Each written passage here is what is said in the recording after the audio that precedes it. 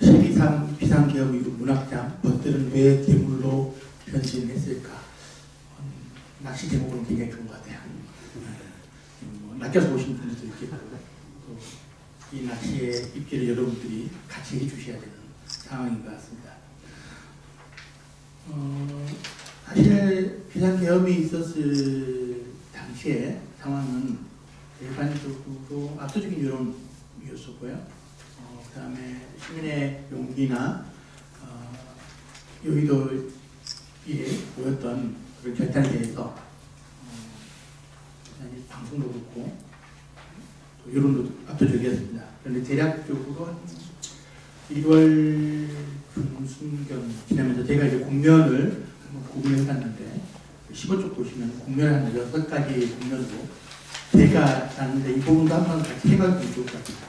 첫 번째 국면이 12.3 결단을 통해서 또 야당과 여당 국회의원들이 실룩한 뒤로 계엄이 해제된 이 상황, 이날이 아마 한국 사회의 운명을 잡은 날이 아닐까 싶습니다.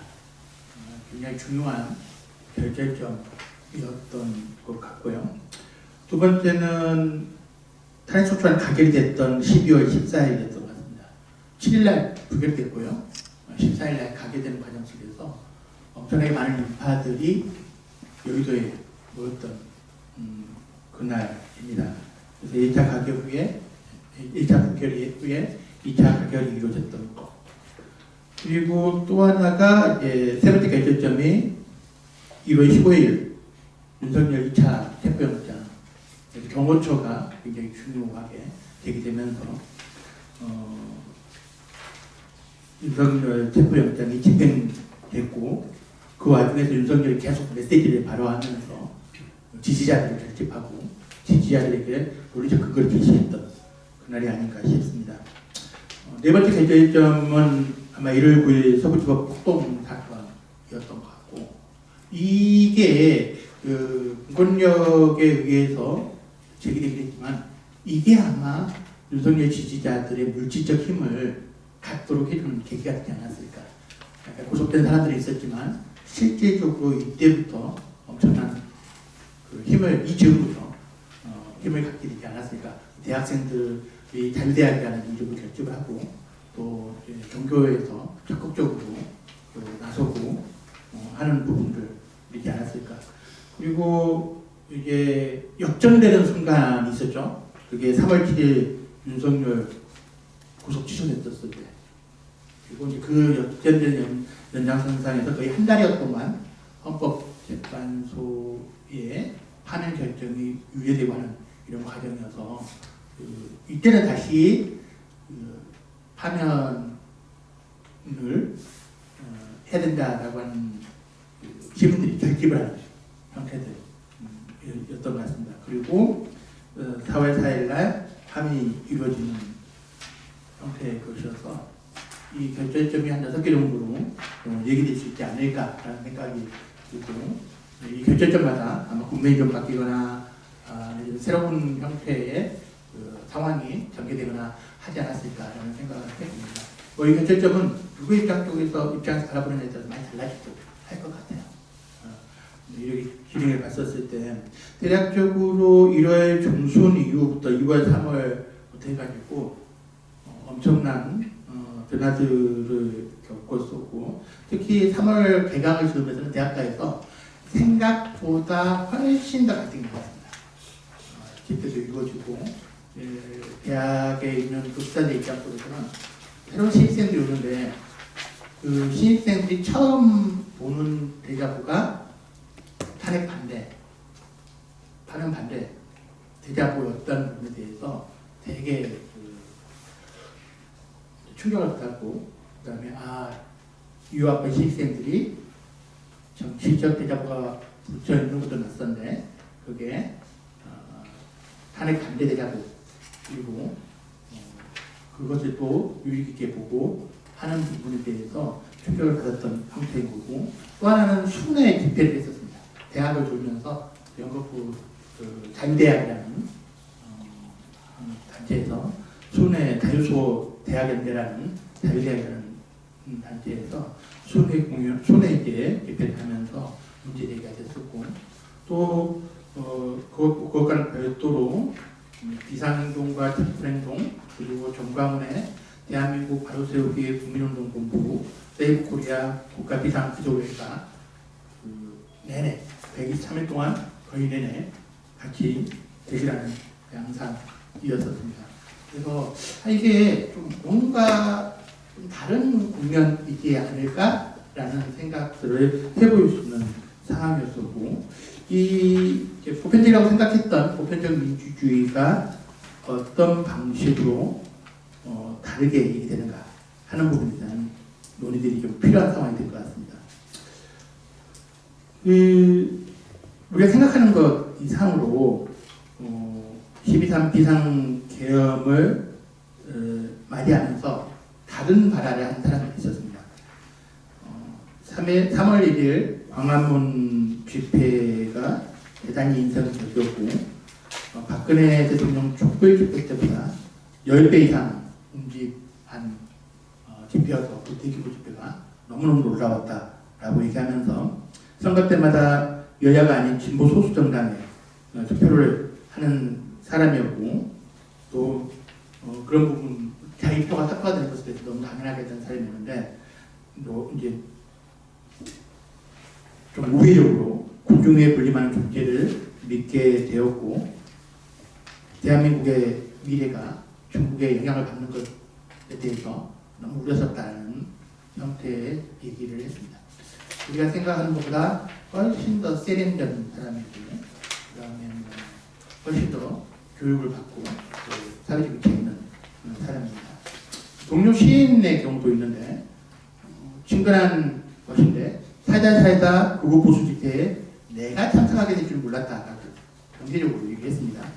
그리고 극우의 보수의 길을 걸어서라도 나라를 구할 수 있다면 극우 보수 내가 하겠다라고 좀 공개적으로 얘기하면서 2월 8일 때부터 이런 얘기를 공개적으로 한 거죠. 그러면서 4월 4일 탄핵이 가결된 이후에는 이게 대한민국이 중국의 식민지가 되는 것 같다. 이 세상을 움직이고 있는 딥스테이트를 알게 되고 진보 좌파의 사상도 알게 됐다. 내가 계속 진보 좌파였는데 그런 진보 좌파로 갇혀야 하는데 그런 사상을 알게 됐다. 라고 얘기하면서 딥스테이트나 혹은 비선, 숨은 권력이 모종의 중국과의 관계가 있고 그 중국과의 관계 속에서 일련 사태들이 숨은 비선에 의해서 움직여지고 있다라는 믿음을 필요로 했습니다. 작가들이 이럴 수 있는 것은 독립적인 존재이고 또 자유로운 개인으로서 발언을 할 수 있는 위치에 있기 때문입니다. 이거는 작가가 존재하는 이유이기도 한데 또 다른 측면 속에서는 이 독립적이고 자유롭게 발언할 수 있다라는 처지에서는 우리 또한 그런 처지에서 그렇게 발언할 수 있는 위치에 있다라는 부분을 생각해 볼 수 있겠다. 가장 문제적인 경우가 문학평론가이자 서울대 국문과 교수인 동료문인 박민호의 경우인데 박민호는 경인일보, 경북메일, 스카이데일리에 탄핵 기간 동안 내내 글을 썼습니다. 그러면서 스카이데일리에는 무수한 깃발들을 들고 나타난 단체들은 괴물의 머리칼, 유토피아적 보호와 디스토피아적 현실을 가진 허무한 인연다라고 비판을 해서 깃발들 탄핵 찬성하는 것에 대해서 비판했던 거고 또 경인일보에는 99명의 스파이가 잡혀서 표택항을 통해서 오키나와 나하에로 이송됐다라는 가짜뉴스가 있다라는 부분을 일부러 씁니다. 그런 가짜뉴스가 있다고 하면서 확대, 일부러 의도성을 갖고 확대 기생다는 양상을 보여주고요. 그 다음에 대통령 측에서 22대 국회의원 선거가 부정 선거라고 얘기했다라고 하면서 22대 국회는 가짜가 아니었을까라는 얘기를 좀 쓰고요. 그리고 부정선거라는 국민 주권 유린 행위에 대해 전 국민들의 거부를 보여주는 날이 바로 3월 1일 집회해야 된다라는 이야기를 합니다. 그래서 경인을 보였을 때는 상당히 조심스럽고요. 그 다음에 대구 경북메일 했을 때는 직접적인 발언을 하고요. 스카이데일리 했을 때는 그 논조에 완전히 동화되는 형태의 것들을 합니다. 그래서 훈련된 지식인이니까 매체 수용자들이 누구인지 어떻게 반응할 것인지 하는 부분들을 알면서 톤이나 내지는 운유적 표현이나 우회적 표현을 쓰고 있다 하는 부분을 알 수 있습니다. 동료 시인은 익명으로 보호해주고 싶어서 끝까지 이름이 안 밝혀졌으면 좋겠고, 박민호 문학평론가회 같은 경우는 국적인 매체에 글을 썼고 또 서울대 교수이고 또 책임 있는 한국 문학에서 중요한 역할들을 해왔던 평론가이기 때문에 같이 얘기를 해볼 필요가 있을 것 같습니다. 아까 얘기했듯이 작가라는 존재는 개인적인 믿음에 따라서 발언을 할 수 있고 그게 작가의 존재의 이유입니다. 그런데 이 데이터가 상당히 흥미롭다라는 사실을 발견했습니다. 박근혜 탄핵 정부 때 딱 한국갤럽에서 설문조사를 했었을 때 탄핵을 반대하는 수치가 18%였습니다. 탄핵을 찬성한 게 77%, 압도적이죠. 4배 이상, 압도적인, 맞나요? 4배 이상, 4배에 가까운 것이 넘는 수치를 보였죠. 그런데 2025년 3월에서 27일까지, 3월 25일부터 27일까지 하는 부분에서 똑같이 한국갤럽에서 조사를 했는데 탄핵 반대가 34%였고 그 다음에 탄핵 찬성이 60%였습니다. 소비가 안 되는 30%는 때로는 36%까지 가기도 하고요. 20% 후반으로 가기도 하고 해서 이게 박민호 교수의 특별한 상황이나 혹은 작가의 돌출적인 상황이 아니다.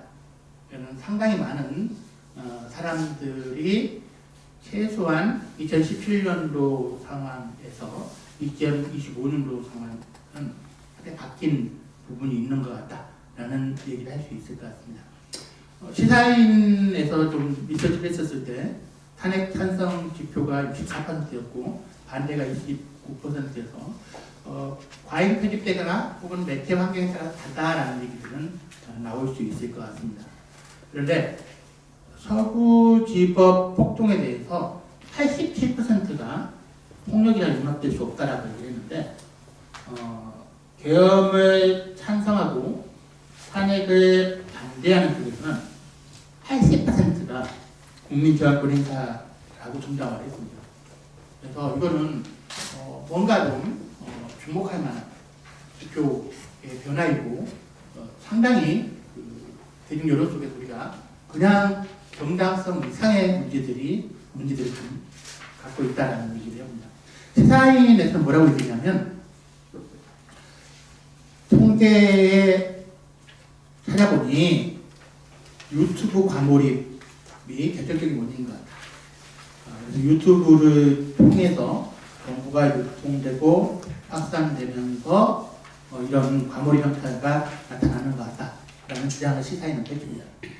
실제로 그 유튜브 구독자가 중복이다 하더라도 진성호 방송이 187만 명, 그 다음에 펜앤마이크가 171만 명, 신의 안수가 161만 명, 배승희 변호사가 156만 명, 신인균 국방TV가 151만 명, 고성국TV가 124만 명, 브라운디씨 82만, 소송TV 24만 정도라고 얘기합니다. 절대 무시할 수 없는 수치이고 또 우리가 그렇게 열심히 TV 뉴스를 보거나 신문을 보고 있냐라고 봤었을 때도 이거는 상당한데? 라는 생각이 들 수 있을 겁니다. 심지어는 4월 4일 파면이 이루어지고 난 다음에도 진성호 방송, 아까 얘기했듯이 187만 명이 구독한 진성호 방송에서 노태양 선관위 위원장의 보도를 통해서 부정선거론을 확산시키는 듯한 얘기를 하고 있고, 또 그라운드 C에서 4월 7일 날은 미 싱크탱크가 중국 윤석열 대통령 파면과 한국 총선에 개입했다라는 보도를 하고 있고, 4월 5일 날 서정욱 TV에서도 후보를 내고 투표를 뭐하나 불법 부정선거에 누가 신뢰하겠나라는 보도를 내보냈습니다. 결정적인 게 그 3월 2일 이용돈 TV 실제 구독자 수는 18만밖에 안 되는데 열람자 수가 138만 9천 명에 이르는 긴급취재 부정선거 그 실체를 밝힌다입니다. 그래서 이 부정선거와 관련되어 있는 논의는 거의 확신하게 얘기가 되고 있고, 이 부분들은 윤석열의 파면과는 상관없이 계속 확대되는 상태에 있다라는 것을 확인할 수 있어요. 근데 결정적으로는 이 이용돈 TV에서 대수의 법칙을 얘기를 하면서 절대 나올 수 없는 데이터다라는 거고, 제가 광암 집회에 갔었을 때 굉장히 세련되고 그다음에 굉장히 지적으로 잘 보이고 또 잘 차려입는 여성이 자기 배낭맨에다 이용돈 TV 열람을 독려하는 어떤 PC 같은 것도 붙이고 다니는 모습을 보면서 이거 장난이 아니다. 이 정도면 장난이 아니다. 라는 생각을 했었던 적이 있습니다. 대수의 법칙은 사실은 양화된 세계를 갖고서 얘기를 하고, 또 이제 과학적인 수치이기 때문에, 수의 세계이기 때문에 그것을 보고 있다 보면 도저히 이거는 어떻게 안 된다. 수가 숫자가 거짓말을 하나? 이게 과학인데 라는 생각을 충분히 할 수 있고, 보는 순간 누구나 흔들릴 수 있을 거예요. 여러분 꼭 보세요. 흔들리거든요. 이게 전문가주의적인 특징인 거고, 우리가 과학화된 세계 속에서 보여주고 있는 양화된 세계의 문제인데, 특별하든지 내지는 인간의 행위는 질적 세계 내지는 우연성의 세계를 포함하고 있습니다. 그리고 투표는 자기 자신이 투영되어 있기 때문에 항상 자신의 의지를 배반하는 형태의 상황이 발생합니다. 우리는 패턴적인 사고에 익숙하고 인풋과 아웃풋에 익숙해 있기 때문에 이러면 안 되는 거죠. 자기 신 그다가 이제 개인의 대조 속에서는 이 상황이 항상 발생합니다. 대의민주주의는 계속 비판의 대상이 되고 있는 것이다. 근데 이렇게 봤었을 경우에 이거는 의심의 여지 없이 부정선거다라는 확신을 하게 됩니다. 한겨레 20의 김한 기자는 이 부정선거론의 배경에 대해서 이런 얘기를 합니다. 실제로 국가가 그 근거를, 부정선거나 내지는 대부분의 이런 음모론은 국가가 그 근거를 제시합니다. 국정원에서 근거를 제시했다. 국정원에서 선관위에 대한 서버 브리핑을 받고 그다음에 경로를 다 파악하고 난 다음에 선관위 서버 접촉을 시도하고 해킹을 시도합니다. 그런데 해킹이 막힙니다. 그래서 국정원에서 선관위에 요청을 해서 해킹을 방지하는 보안 프로그램을 끄라라고 얘기합니다. 끈 다음에 접속을 해서 여러 가지 점검을 한 상황이 발생합니다. 그런데 이게 서버 해킹 취약이라고 하면서 언론에 공포가 되는데, 그거는 또 이런 게 있습니다. 강서구청장 선거가 있기 한편에 국정원에서 하필이면 선관위 서버가 취약하다라는 발표를 하필이면 합니다. 그리고 강서구청장 선거는 당연히 여당이 승리하리라고 생각했었는데 결과가 야당 승리로 나오면서 이때부터 갑자기 부정선거론이 확 일어납니다. 문제 제기를 하는 상태가 되고요. 이 13 부정선거론은 사실은 이때 발생한 게 아니고 2012년에도 소위 진보 진영에서 문제제기를 했고, 마찬가지로 김어준이 유튜브를 통해서 문제제기를 하는 다큐멘터리를 만들기까지 해서 끊임없이 나타날 수밖에 없는, 대의제 선거제도 속에서는 끊임없이 발생할 수밖에 없는 문제다. 그리고 또 하나, 2020년 미국 대통령의 바이든이 당선되면서도 공화당 지지자들이 부정선거로 얘기를 했고요. 2021년 미국 국회의사당 습격 사건도 그리고 연관이 있습니다. 그런 측면에서 2025년 1월 19일 서부지법 습격 사건은 국회의사당 습격 사건하고 동일하게 반복되고 있는 상황입니다. 그래서 많은 부분 속에서 왜 이런 유사성이 우연이라고 얘기하기에는 다르게 반복되고 있는가 하는 생각들을 해보고 추적을 해볼 필요가 있겠다라는 생각이 듭니다. 것들이 변신을 선택한 것들이죠. 혹은 뭐 여러분의 친척들, 우리 동료들 중에 다른 종교적인 문제도 아니고요. 이렇게 갑자기 변신하게 된 원인이 뭘까라는 질문을 던져봐야 된다. 이런 관몰입은 좌파나 우파를 보수와 증거를 상관없이 어떤 상황 처지에서 누구나 그럴 수 있다는 생각을 해야 된다는 이 부분을 인정하는 게 정말 힘들다. 라고 얘기를 합니다. 이거는 일반적으로 얘기되는 부분인데요. 국가기구의 발표나 공적기관의 발표를 신뢰하지 않는 것. 여러분들 다 한 번씩 해봤을까요? 부정하는 것들, 숨기고 있는 게 있을까요? 그리고 스스로 비판적 태도를 갖고서 주체적으로 재구성해 보는 것. 저도 이걸 합니다. 저도 신문을 보거나 혹은 공적 발표가 있었을 때 꼭 영국 가디언에 들어가서 가디언 아티클을 체크를 하고 크로스 체크를 꼭 합니다. 그리고 CNN은 뭐라고 얘기하나 그거 체크도 좀 하고 또 아주 예외적으로 필요한 경우에는 독일 언론들이 뭐라고 얘기하나 하는 부분들을 동료 후배한테 부탁을 해가지고 번역을 아주 예외적으로는 한국 사회가 진짜 위기 상황일 때는 체크하고 합니다. 그거는 저도 하는 일이죠.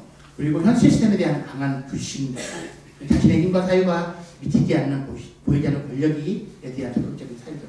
이 부분들은 실제로 했었을 때 피곤한 것보다 하지 않음으로 해서 나타나는 피해가 훨씬 더 크다고 얘기를 합니다.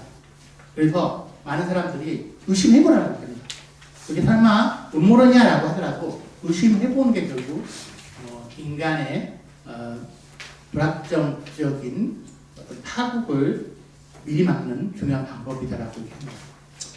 그렇다 하더라도 우리가 질문을 던져볼 수 있는 게 왜 영리하고 똑똑하고 이런 동료, 그 다음에 얼마 전까지 다정하게 얘기를 했던 동료 문인들이 스스로 위험한지도 알고 외롭고 고독하다, 힘들다라고 얘기하면서 이런 변신을 가만히 했을까 하는 부분들에 대해서는 진지하게 물어볼 필요가 있습니다. 강한 믿음들, 본인에 대한 강한 믿음, 오만하면 실수를 저지른다고 얘기합니다. 신중한 거 오만하면 상충하는데 엘리트적 정당성과 결합한 오만이 자신의 믿음에 대한 담론을 주체적으로 구성하기에 이 구성 과정 속에서 성찰성 신중함을 결여합니다. 자신의 의심이 합리적이라고 믿고 자신이 심각한 지적 역량을 동원하여 정보를 연결하여 스스로 담론 체계를 구성합니다. 시사인이 얘기하는 것처럼 유튜브를 믿는 게 아닙니다. 조각난 정보들을 스스로 구성하고 자신이 가졌던 의심들을 만들어내면서 하는 거지 유튜브 한 번 봤다 그래서 바뀌지 않습니다. 굉장히 적극적 지적 행위인 거고 그런 지적 행위 속에서 이루어진 결과라야만이 적극적인 유포자가 되는 겁니다. 링크를 공유하고 또 다른 링크를 공유하고 하는 형태로 해서 진행되기 때문에 이 강한 믿음을 공유한 상태 속에서 이루어지는 거다. 그래서 이거는 그냥 유튜브의 영향이나 유튜브가 많아 몇백만 시청하는 유튜브들이 있어서 이런 건 아니다. 거의 이거는 일반적입니다. 현대인들은 계몽된 주체이기 때문에 스스로 그렇게 막 일방적으로 믿지 않습니다. 일방적으로 믿으면 음모론이라는 게 있을 수 없죠.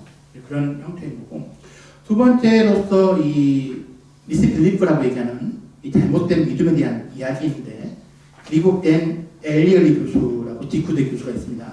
미스빌리프라는 책을 2023년에 냈는데 특이한 주장을 합니다. 2020년 첫 몇 년 동안 많은 사람들이 자기 의견과 신념을 크게 바꾼 이례적 상황이 너무나 자주, 너무나 큰 퍼센테이지로 보입니다. 이거는 특정한 상황이 아니라 거의 전 세계적인 상황인 것 같다라고 얘기를 하면서 주류 출처가 무시되고 사람들은 좀 더 주저하지 않고 본격적인 대안 진실이나 음모론을 받아들인다고 얘기했습니다.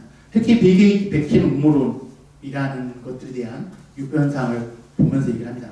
댄 엘리얼리는 자신이 스스로 악마화된 사람입니다. 빌 게이츠와 협력해서 전 세계 인구를 조절하려고 하는 작업을 하고 있는 직후대 교수다라는 형태의 악마화되면서 그 악마화된 과정 속에서 계속 문제 제기를 하고 그 다음에 자기를 악마화하는 사람들과 대면해서 설득하는 과정 속에서 큰 좌절을 맛보고는 이 연구 작업을 진행한 사람입니다.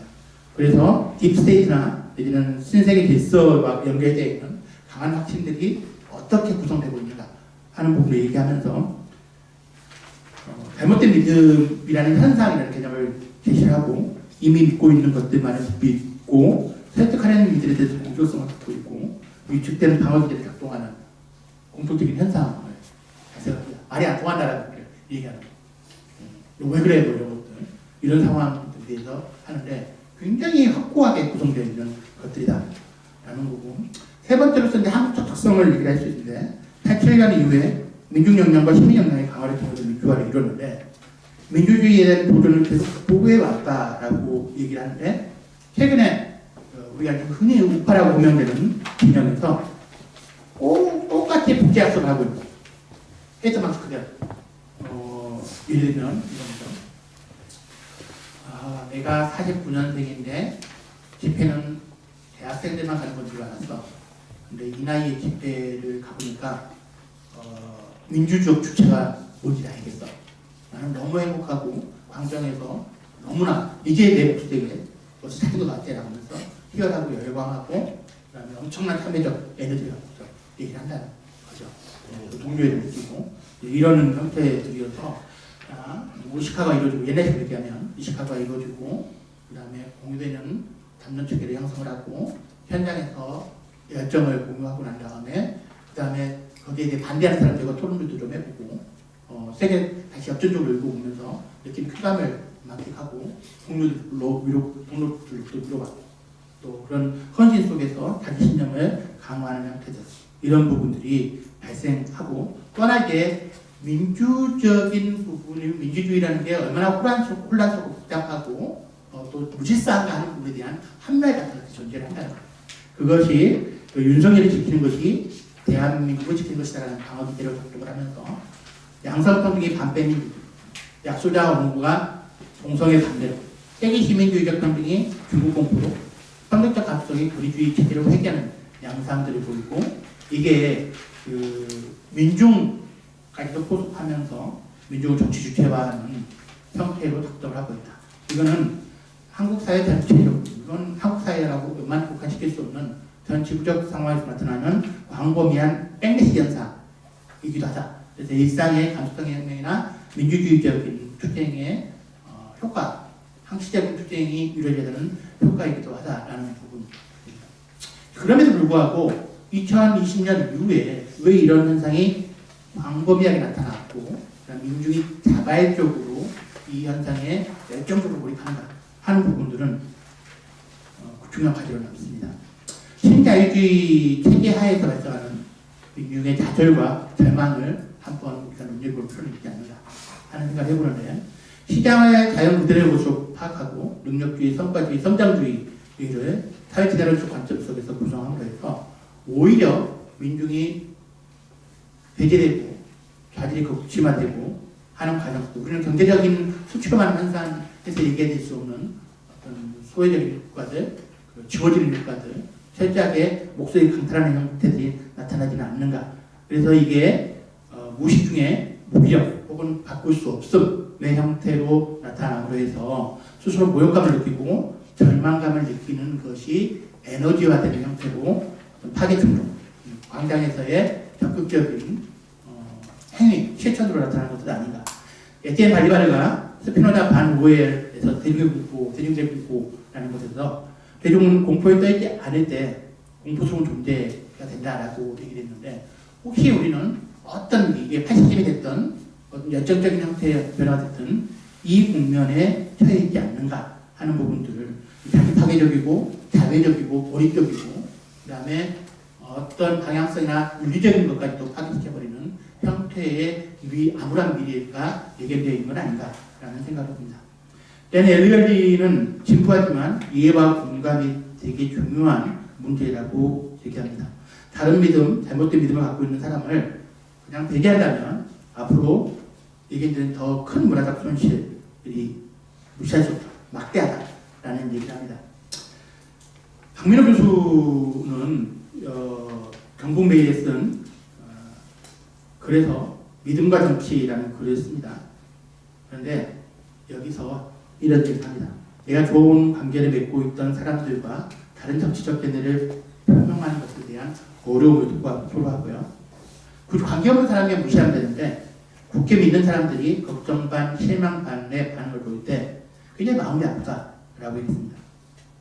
굉장히 마음이 아프다. 나 굉장히 외롭고 마음이 아프다. 라는 얘기를 하면서 자신의 처지를 토로하면서 사람 사이의 믿음이란 세상의 정치보다 소중한 것이기 때문에 이거를 이 무덤 속에 새겨질 수 있을 것이다. 라는 얘기를 했습니다. 박민호 교수는 그래도 행복한 사람인 것 같습니다. 주변에 자신이 신뢰하는 후배가 있고 동료가 있고 선배 의사가 있고 또 끊임없이 우정을 나누는 사람이 진심으로 걱정해주는 사람이 있는 것 같습니다. 더불어서 파면을 위해 자기 성찰을 하면서 톤이 전부 다 바뀝니다. 신문에 쓰는 모든 글의 톤이 다 바뀝니다. 그러면서 뭐라고 얘기하냐면 다시 한번 시간을 실하게 들여 공부해야 하리라. 지독한 시대의 어지러움 속에서 다시 한번 마음을 갖다 두고 본다라고 얘기하면서 자기 자신이 스스로 엄밀하게 못됐음에 대해서 모릅니다. 어떤 내면에 어떤 생각을 갖고 있는지 몰라요. 그렇지만은 더 깊게 공부하고 더 엄밀하게 따져보겠다는 다짐을 합니다. 나는 우정이 그런 잘못된 믿음에서 스스로 빠져나오게 하리라는 인간적 믿음을 가지고 봅니다. 삶의 조건이 악화되면 찾아오는 공포, 불안, 고립감은 우정과 나눔, 그리고 이해와 공감이라는 최소 강령에서부터 출발하면서 돌파구가 만들어지지 않을까라는 생각을 해보고 여전히 박민호 교수는 우정을 나누는 동료로서의 민의 위치에 있을 수 있는 성찰성을 갖고 있다라는 생각을 해봅니다. 이상으로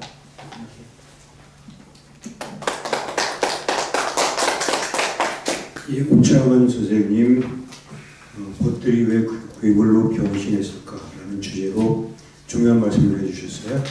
비상경 이후의 여러 추이와 갑작스러운 극우 청년들이 출현, 그것이 한국 사회의 중요한 흐름으로 부각되고 있는 저간의 상황들을 짚어주셨고, 마지막으로 그런 이 사태에 대해서, 것들에 대해서 급격하게 변신하고 있는 것들에 대해서 우리는 어떻게 이해하고 공감할 수 있을까? 아주 중요한 문제 제기를 해주셨습니다. 자, 지금 우리는 현실과 관련된 한국 작가회의, 한국문과의 집단회를 가지고 있습니다. 이어서 발표 선생님 두 분을 모시고 정원경 선생님의 토론을 들어보도록 하겠습니다.